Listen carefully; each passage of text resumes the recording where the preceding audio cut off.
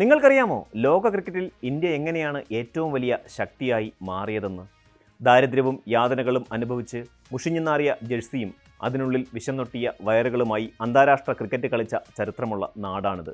അവിടെ നിന്ന് ഇന്ന് ഇന്ത്യൻ ക്രിക്കറ്റ് ബോർഡായ BCCI എത്തി നിൽക്കുന്നത് ലോകത്തെ ഏറ്റവും കൂടുതൽ ആസ്തിയുള്ള ക്രിക്കറ്റ് ബോർഡ് എന്ന ഖ്യാതിയിലാണ്. കൊടും ദാരിദ്ര്യത്തിൽ നിന്നും എങ്ങനെയാണ് ഇന്ത്യൻ ക്രിക്കറ്റ് ബോർഡ് സമ്പന്നതയുടെ പറുദീസയിലേക്ക് എത്തപ്പെട്ടത്? അതിനു മുന്നിൽ അചഞ്ചലമായ നിശ്ചയദാർഢ്യത്തിൻ്റെയും കൃത്യമായ കാഴ്ചപ്പാടുകളുടെയും പരാജയപ്പെടാൻ ഇഷ്ടപ്പെടാത്ത പോരാട്ട വീര്യത്തിൻ്റെയും ചരിത്രമുണ്ട്. അതിലേക്ക് എത്തിപ്പെടും മുമ്പ് ഇന്ത്യൻ ക്രിക്കറ്റ് കടന്നു വന്ന വഴികളിലൂടെ നമുക്കൊന്ന് സഞ്ചരിക്കാം.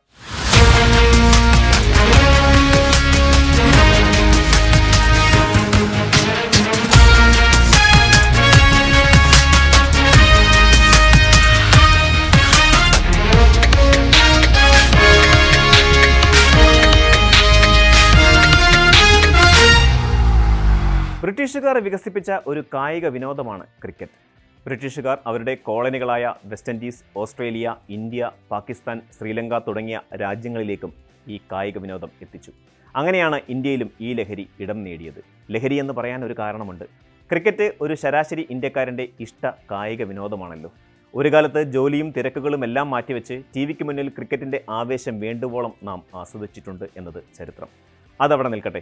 അങ്ങനെ ബ്രിട്ടീഷ് കോളനികളിലെ ജനങ്ങളെ അക്കാലത്ത് ക്രിക്കറ്റ് ഒന്നിപ്പിച്ചു. ബ്രിട്ടീഷുകാരെ സ്വന്തം കളിയിൽ പരാജയപ്പെടുത്തി അവരുമായി നേർക്കുനേർ നിൽക്കാനുള്ള ഒരു മാർഗമായി അവർ ക്രിക്കറ്റിനെ കണ്ടു. അങ്ങനെ ഇന്ത്യയിലെ ഗ്രാമങ്ങളിലും നഗരങ്ങളിലുമെല്ലാം സായിപ്പിനെ തോൽപ്പിക്കാനായി ഇന്ത്യക്കാരും ക്രിക്കറ്റ് കളിച്ചുകൊണ്ടേയിരുന്നു. ഇതിൽ പലയിടത്തും നമ്മുടെ പഴയ കണ്ടം ക്രിക്കറ്റ് തന്നെ ആയിരുന്നിരിക്കണം നടന്നിരിക്കുക എന്നത് പ്രത്യേകം ഓർക്കേണ്ടതാണ് കേട്ടോ. അന്താരാഷ്ട്ര ക്രിക്കറ്റിനെ നിയന്ത്രിക്കാനുള്ള ആദ്യത്തെ ശ്രമത്തിൻ്റെ ഭാഗമായി 1909 ഇംഗ്ലണ്ട്, ഓസ്ട്രേലിയ, ദക്ഷിണാഫ്രിക്ക എന്നീ ടെസ്റ്റ് പദവിയുള്ള 3 രാജ്യങ്ങൾ ചേർന്ന് ഇംപീരിയൽ ക്രിക്കറ്റ് കോൺഫറൻസ് സ്ഥാപിച്ചു. ഇതാണ് ഇന്നത്തെ ICCയുടെ ആദ്യ രൂപം. 1926 വെസ്റ്റ് ഇൻഡീസ്, ന്യൂസിലാൻഡ്, ഇന്ത്യ എന്നീ രാജ്യങ്ങളെ പൂർണ്ണ അംഗങ്ങളായി തെരഞ്ഞെടുത്തു. ഇതോടെ ടെസ്റ്റ് പദവിയുള്ള രാജ്യങ്ങളുടെ എണ്ണം 6 അങ്ങനെ 1932 ഇന്ത്യ ആദ്യമായി ടെസ്റ്റ് ക്രിക്കറ്റ് കളിച്ചു. ഇംഗ്ലണ്ടിനെതിരെ ലോർഡ്സിൽ വെച്ചായിരുന്നു ഇന്ത്യയുടെ ആദ്യ ടെസ്റ്റ് മത്സരം നടന്നത്. 1947 പാകിസ്ഥാൻ രൂപീകരിച്ചതിന് ശേഷം 5 വർഷങ്ങൾക്കപ്പുറം 1952 പാകിസ്ഥാന് ടെസ്റ്റ് പദവി ലഭിച്ചു. അങ്ങനെ പാകിസ്ഥാൻ 7ാമത്തെ ടെസ്റ്റ് പദവിയുള്ള രാജ്യമായി മാറി. ഇതിനിടെ 1961 ദക്ഷിണാഫ്രിക്ക കോമൺവെൽത്ത് വിട്ടതിനാൽ അംഗത്വം നഷ്ടപ്പെട്ടു. ക്രിക്കറ്റ് ആഗോളതലത്തിൽ വളർന്നു തുടങ്ങിയതോടെ 1965 ഇംപീരിയൽ ക്രിക്കറ്റ് കോൺഫറൻസ് എന്ന പേര് മാറ്റി ഇന്റർനാഷണൽ ക്രിക്കറ്റ് കോൺഫറൻസ് എന്ന് പുനർനാമകരണം ചെയ്തു. 1987 ഇത് അന്താരാഷ്ട്ര ക്രിക്കറ്റ് കൗൺസിൽ അഥവാ ICC എന്ന പേരിൽ ഔദ്യോഗികമായി മാറിയത്. ഇതോടെ ക്രിക്കറ്റിൻ്റെ ഭരണ സംവിധാനം കൂടുതൽ പ്രൊഫഷണലായി മാറുകയായിരുന്നു. ഇതിനിടെ 1971 നടന്ന ഒരു യോഗത്തിൽ ഒരു ലോകകപ്പ് സംഘടിപ്പിക്കാനുള്ള ആശയം അവതരിപ്പിച്ചു. പക്ഷേ 1973 യോഗത്തിലാണ് 1975 ഇംഗ്ലണ്ടിൽ ആദ്യ ക്രിക്കറ്റ് ലോകകപ്പ് നടത്താൻ തീരുമാനമെടുത്തത്. 6 ടെസ്റ്റ് പദവിയുള്ള രാജ്യങ്ങളെയും കിഴക്കൻ ആഫ്രിക്കയെയും ശ്രീലങ്കയെയും ഈ ലോകകപ്പിൽ പങ്കെടുപ്പിക്കാൻ തീരുമാനം എടുക്കുകയും ചെയ്തു. ലോകകപ്പിൻ്റെ ആദ്യ 2 പതിപ്പുകൾക്കും ആതിഥേയത്വം വഹിച്ചത് ഇംഗ്ലണ്ടായിരുന്നു. എന്നാൽ ആദ്യ 2 ലോകകപ്പുകളിലും മുത്തമിടാനുള്ള ഭാഗ്യം ഇംഗ്ലണ്ടിനുണ്ടായില്ല. ആദ്യ 2 ലോകകപ്പും വെസ്റ്റ് ഇൻഡീസ് നേടി. ആ സമയത്ത് ICC പ്രസിഡന്റ് ബ്രിട്ടീഷ് ക്രിക്കറ്റ് ബോർഡിൻ്റെ തലവനായിരുന്നു. മറ്റൊരു രാജ്യത്തിനും ലോകകപ്പ് നടത്താനുള്ള സാമ്പത്തിക ശേഷി അന്ന് ഉണ്ടായിരുന്നില്ല.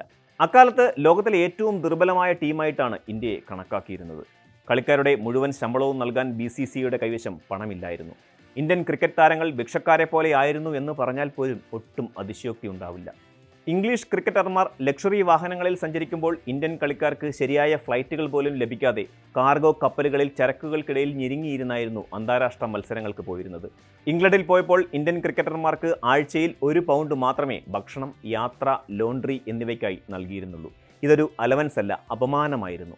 ഇംഗ്ലീഷ് ക്രിക്കറ്റർമാർ 5 സ്റ്റാർ ഹോട്ടലുകളിൽ ഭക്ഷണം കഴിക്കുമ്പോൾ ഇന്ത്യൻ കളിക്കാർ ഒരു ശരിയായ ഭക്ഷണം കഴിക്കാൻ പോലും പണമില്ലാതെ കഷ്ടപ്പെട്ടിരുന്നു. ഇതൊരു സാമ്പത്തിക പ്രശ്നം മാത്രമായിരുന്നില്ല, മറിച്ച് അത് ഇന്ത്യക്ക് ക്രിക്കറ്റ് ലോകത്ത് സ്ഥാനമില്ല എന്ന സന്ദേശം കൂടിയായിരുന്നു. 1928 ഡിസംബറിലാണ് BCCI സ്ഥാപിതമാകുന്നത്. RA ഗ്രാൻഗോവനെ BCCIയുടെ ആദ്യ പ്രസിഡന്റായും നിയമിച്ചു. ചരിത്രം പരിശോധിച്ചാൽ ഇന്ത്യയിൽ രേഖപ്പെടുത്തിയ ആദ്യത്തെ മത്സരം 1751 ബ്രിട്ടീഷ് സൈന്യവും ബ്രിട്ടീഷ് കുടിയേറ്റക്കാരും തമ്മിലാണ് നടന്നത്. ലോകത്തിലെ ഏറ്റവും പഴക്കമുള്ള 2ാമത്തെ ക്രിക്കറ്റ് ക്ലബ്ബായ കൽക്കട്ട ക്രിക്കറ്റ് ക്ലബ്ബ് 1792 ഇന്നത്തെ കൊൽക്കത്തയിൽ സ്ഥാപിതമായി. ക്രിക്കറ്റിനെ ഒരു കായിക ഇനമായി സ്വീകരിച്ച് ഇന്ത്യയിൽ കളിച്ച ആദ്യത്തെ സിവിലിയൻ സമൂഹമായിരുന്നു പാഴ്സികൾ. 1848 അവർ ഇന്നത്തെ മുംബൈയിൽ ഓറിയന്റൽ ക്രിക്കറ്റ് ക്ലബ് സ്ഥാപിച്ചു.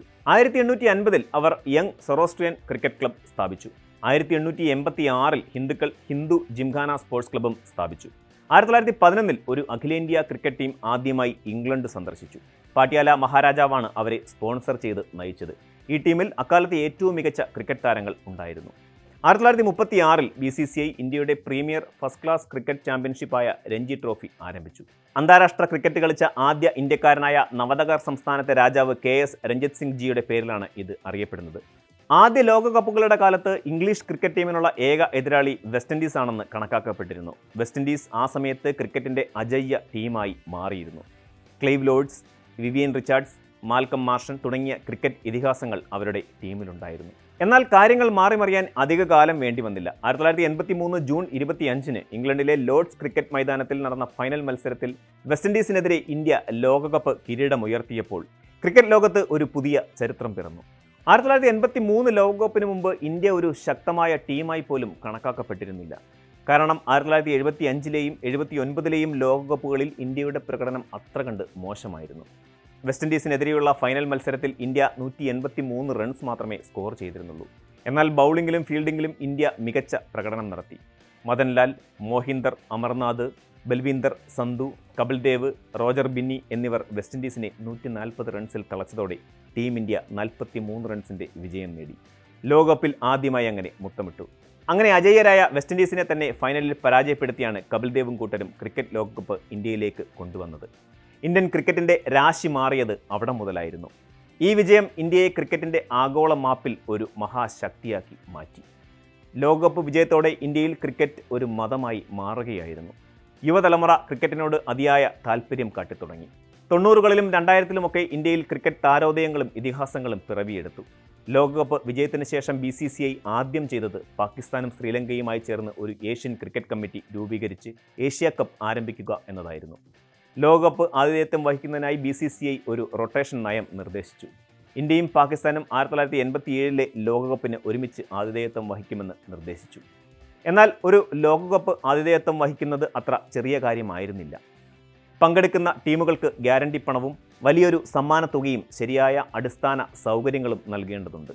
അവസാന നിമിഷം ധീരുഭായ് അംബാനിയെ സ്പോൺസറായി കൊണ്ടുവന്നുകൊണ്ട് ലോകകപ്പിന് ഇന്ത്യ സഹ ആതിഥേയത്വം വഹിച്ചു. ലോകകപ്പിനെ റിലയൻസ് കപ്പ് എന്നുപോലും അക്കാലത്ത് പലരും വിമർശിച്ചിരുന്നു. BCCIയുടെ ഏറ്റവും വലിയ മാറ്റം ക്രിക്കറ്റിനെ ഒരു ബിസിനസ്സായി കാണാൻ തുടങ്ങിയതാണ്. 1980കളിൽ ടെലിവിഷൻ എന്ന മാധ്യമം ഇന്ത്യയിൽ വ്യാപകമായി. BCCI ക്രിക്കറ്റ് മത്സരങ്ങളുടെ ടെലിവിഷൻ അവകാശങ്ങൾ വിൽക്കാൻ തുടങ്ങി. 1983 ലോകകപ്പ് വിജയം ഇന്ത്യയിൽ ക്രിക്കറ്റിനെ ഒരു മത്സരമാക്കി മാറ്റി. ഇത് BCCIക്ക് വലിയ വരുമാനമുണ്ടാക്കാൻ സഹായിച്ചു. 1991 21 വർഷങ്ങൾക്ക് ശേഷം ദക്ഷിണാഫ്രിക്ക അന്താരാഷ്ട്ര ക്രിക്കറ്റിലേക്ക് തിരിച്ചെത്തിയതോടെ BCCIയുടെ കാര്യങ്ങൾ പൂർണ്ണമായും മാറിയെന്ന് പറയാം. അവരുടെ ആദ്യ പര്യടനം ഇന്ത്യയിലേക്കായിരുന്നു. ദക്ഷിണാഫ്രിക്കക്കാർ അത് തത്സമയം കാണാൻ ആകാംക്ഷയോടെ കാത്തിരുന്നു. അതുവരെ ഇന്ത്യൻ മത്സരങ്ങൾ സംപ്രേഷണം ചെയ്യാൻ BCCI ദൂരദർശന് 5 ലക്ഷം രൂപ അങ്ങോട്ട് നൽകിയിരുന്നു. ദക്ഷിണാഫ്രിക്കൻ ക്രിക്കറ്റ് ബോർഡുമായി നടത്തിയ ചർച്ചയിൽ സംപ്രേഷണ അവകാശങ്ങളിൽ നിന്ന് വരുമാനമുണ്ടാക്കാൻ കഴിയുമെന്ന് BCCI ആദ്യമായി മനസ്സിലാക്കി. മുഴുവൻ പരമ്പരയുടെയും സംപ്രേഷണ അവകാശം $30,000 വിൽക്കാൻ BCCI ഒരു കരാർ ആസൂത്രണം ചെയ്തു. $30,000 ചോദിക്കാനായി പോയ BCCIയെ അമ്പരപ്പിച്ചുകൊണ്ട് ദക്ഷിണാഫ്രിക്കൻ ബോർഡ് $1,20,000 നൽകി. അക്കാലത്ത് സംപ്രേഷണാവകാശത്തിന് നൽകിയിരുന്ന ശരാശരി തുകയായിരുന്നു അത്. പക്ഷേ അതുപോലും നമുക്ക് അറിയുമായിരുന്നില്ല. ഇതിനെ തുടർന്ന് 1993 ഹീറോ കപ്പിനും 93 തന്നെ ഇംഗ്ലണ്ട് പര്യടനത്തിനുമായി നിരവധി കരാറുകൾ നടന്നു. അതേ ദൂരദർശൻ അതിനുശേഷം $54 മില്യൺ 5 വർഷത്തേക്ക് ടെലിവിഷൻ സംപ്രേഷണാവകാശം വാങ്ങുക പോലും ചെയ്തു. BCCI ബോർഡ് താമസിക്കാതെ സമ്പന്നമായി. 1996 ലോകകപ്പ് ഇംഗ്ലണ്ടിൽ നടത്താനായിരുന്നു തീരുമാനിച്ചിരുന്നത്. ലോകകപ്പ് ഇന്ത്യയിൽ നടത്തിയാലുണ്ടാകുന്ന സാമ്പത്തിക നേട്ടത്തെക്കുറിച്ചായിരുന്നു BCCI ചിന്തിച്ചത്. അതിനായി ഇന്ത്യ ശ്രീലങ്കയുമായും പാകിസ്ഥാനുമായും സഹ ആതിഥേയത്വം വഹിക്കാൻ തയ്യാറായി. എന്നാൽ ലോകകപ്പിനിടെ കൊളംബോയിൽ സെൻട്രൽ ബാങ്ക് ബോംബാക്രമണം നടന്നപ്പോൾ ശ്രീലങ്കയിൽ ഒരു വിവാദം പൊട്ടിപ്പുറപ്പെട്ടു. ICCയുടെ പൂർണ്ണ സുരക്ഷയും ക്ലീൻ ചീറ്റും രാജ്യം ഉറപ്പാക്കിയിട്ടും സുരക്ഷാ ആശങ്കകൾ കാരണം ഓസ്ട്രേലിയയും വെസ്റ്റ് ഇൻഡീസും ശ്രീലങ്കയുമായി കളിക്കാൻ വിസമ്മതിച്ചു. ഇത് ICC ചെയർമാനായി ഒരു ഏഷ്യൻ പ്രതിനിധി എത്തേണ്ടതിൻ്റെ ആവശ്യകത BCCIയെ ബോധ്യപ്പെടുത്തി. 1997 ICC ചെയർമാൻ തെരഞ്ഞെടുപ്പിൽ BCCIയുടെ ചാണക്യതന്ത്രങ്ങളുടെ ഫലമായി ICC ചെയർമാനെയും നാം തന്നെ തീരുമാനിച്ചു. ജഗ്മോഹൻ ഡാൽമിയ എന്ന ഇന്ത്യക്കാരൻ അങ്ങനെ ICCയുടെ തലപ്പത്തെത്തി. 2008 BCCI ഇന്ത്യൻ പ്രീമിയർ ലീഗ് എന്ന ആശയം അവതരിപ്പിച്ചു. ഇത് ക്രിക്കറ്റിനെ ഒരു എൻ്റർടൈൻമെൻറ്റ് ഇൻഡസ്ട്രിയാക്കി മാറ്റുകയായിരുന്നു. IPL ക്രിക്കറ്റിനെ ഒരു ബ്രാൻഡായി മാറ്റി. ഫ്രാഞ്ചൈസികൾ, സ്പോൺസർഷിപ്പുകൾ, ടെലിവിഷൻ അവകാശങ്ങൾ എന്നിവയിൽ നിന്ന് BCCIക്ക് വലിയ വരുമാനമാണ് ലഭിച്ചത്. ഇന്ന് ലോകത്തിലെ ഏറ്റവും വലിയ ക്രിക്കറ്റ് ലീഗാണ് IPL. ക്രിക്കറ്റിനെ ഒരു ബ്രാൻഡാക്കി മാറ്റിയ BCCI ടീം ഇന്ത്യയുടെ ജേഴ്സികൾ, ക്യാപ്പുകൾ, ബാറ്റുകൾ എന്നിവയിൽ നിന്ന് ധാരാളം വരുമാനം ഉണ്ടാക്കി. സ്പോൺസർഷിപ്പുകൾ, പരസ്യങ്ങൾ, ബ്രാൻഡ് എൻഡോഴ്സ്മെൻറ്റുകൾ എന്നിവയും BCCIക്ക് വരുമാനമുണ്ടാക്കാനുള്ള ഉപാധികളായിരുന്നു. ഇന്ത്യയിൽ ക്രിക്കറ്റ് ആരാധകർക്കുള്ള ശക്തി വളരെ വലുതാണ്. ക്രിക്കറ്റ് മത്സരങ്ങൾ കാണാൻ ലക്ഷക്കണക്കിന് ആളുകൾ ടെലിവിഷൻ കാണുന്നു. ഇത് BCCIക്ക് ടെലിവിഷൻ അവകാശങ്ങൾ വിൽക്കാൻ സഹായിച്ചു. ഇന്ത്യയിലെ ക്രിക്കറ്റ് ഫാൻസിൻ്റെ ശക്തി BCCIയുടെ വളർച്ചയ്ക്ക് വലിയ പങ്ക് വഹിച്ചിട്ടുണ്ട് എന്നതിൽ തർക്കമില്ല. ക്രിക്കറ്റ് സ്റ്റേഡിയങ്ങൾ, ട്രെയിനിങ് സെൻ്ററുകൾ, യുവ ക്രിക്കറ്റർമാരുടെ വികസനം എന്നിവയിൽ BCCI നിക്ഷേപം നടത്തി. ഇത് ഇന്ത്യയെ ക്രിക്കറ്റ് ലോകത്തിൻ്റെ ഗോഡ് ഫാദറാക്കി മാറ്റുകയായിരുന്നു. ബ്രിട്ടീഷ് ക്രിക്കറ്റ് ബോർഡിൻ്റെ സർവാധിപത്യം തകർക്കാൻ BCCIക്ക് കഴിഞ്ഞു. ഇന്ത്യയുടെ സാമ്പത്തിക ശക്തി ക്രിക്കറ്റ് ലോകത്തിൻ്റെ ശക്തി കേന്ദ്രം ഇന്ത്യയിലേക്ക് മാറ്റി. ഇന്ന് BCCI ക്രിക്കറ്റ് ലോകത്തിൻ്റെ ഏറ്റവും ശക്തമായ സംഘടനയാണ്. ഇന്ന് 20,686 കോടി രൂപയാണ് BCCIയുടെ ആസ്തി. ഇംഗ്ലീഷ് ക്രിക്കറ്റ് ബോർഡിന് 492 കോടി, ഓസ്ട്രേലിയൻ ക്രിക്കറ്റ് ബോർഡിന് 658 കോടി, പാകിസ്ഥാൻ ക്രിക്കറ്റ് ബോർഡിന് 458 കോടി എന്നിങ്ങനെ ഈ 3 ബോർഡുകളുടെയും മൊത്തം ആദായം എടുത്താൽ വെറും 1608 കോടി മാത്രമാണ് എന്നോർക്കണം. അതിനുള്ള ഏറ്റവും വലിയ ഉദാഹരണമാണ് ചാമ്പ്യൻസ് ട്രോഫി. ചാമ്പ്യൻസ് ട്രോഫി കിരീട നേട്ടത്തിന് ICC സമ്മാനത്തുകയായി നൽകിയത് 20 കോടിയോളം രൂപ മാത്രമാണ്. എന്നാൽ BCCI ഇന്ത്യൻ കളിക്കാർക്ക് പ്രഖ്യാപിച്ച സമ്മാനത്തുക 58 കോടിയാണ് എന്നറിയുമ്പോഴാണ് ലോക ക്രിക്കറ്റിൽ ഇന്ത്യ എവിടെ എത്തി നിൽക്കുന്നു എന്ന് മനസ്സിലാകുന്നത്. അതേസമയം തന്നെ ചാമ്പ്യൻസ് ട്രോഫിക്ക് ഔദ്യോഗിക ആതിഥേയത്വം വഹിച്ച പാകിസ്ഥാൻ കടക്കണിയും പരിവട്ടവുമായി ചക്രശ്വാസം വലിക്കുകയാണ്. ഒപ്പം പല വിദേശ രാജ്യങ്ങളും BCCIക്കും ICCക്കുമെതിരെ രംഗത്ത് വരുന്നതും ലോക ക്രിക്കറ്റിനെ നിയന്ത്രിക്കുന്ന വൻ ശക്തിയായി ഇന്ത്യ മാറിയതിൻ്റെ തെളിവാണ്. ഇന്ത്യയുടെ ഈ അതിവേഗ മുന്നേറ്റം ക്രിക്കറ്റ് ലോകത്തിലെ ഏറ്റവും വലിയ മാറ്റങ്ങളിലൊന്നാണ്. BCCIയുടെ അതിവ്യാപക വളർച്ച നമ്മെ പലതും പഠിപ്പിക്കുന്നു. ഇന്ന് ക്രിക്കറ്റ് ലോകത്തിൻ്റെ ഗോഡ് ഫാദറായി ഇന്ത്യ ഉയർന്നത് ഒരു സ്വപ്ന സാക്ഷാത്കാരം പോലെയാണ്. ഇതിലൂടെ ഏത് മേഖലയിലും നമുക്ക് മുന്നേറാൻ കഴിയുമെന്ന് ഇന്ത്യ ലോകത്തിനു മുമ്പിൽ തെളിയിച്ചിരിക്കുകയാണ്.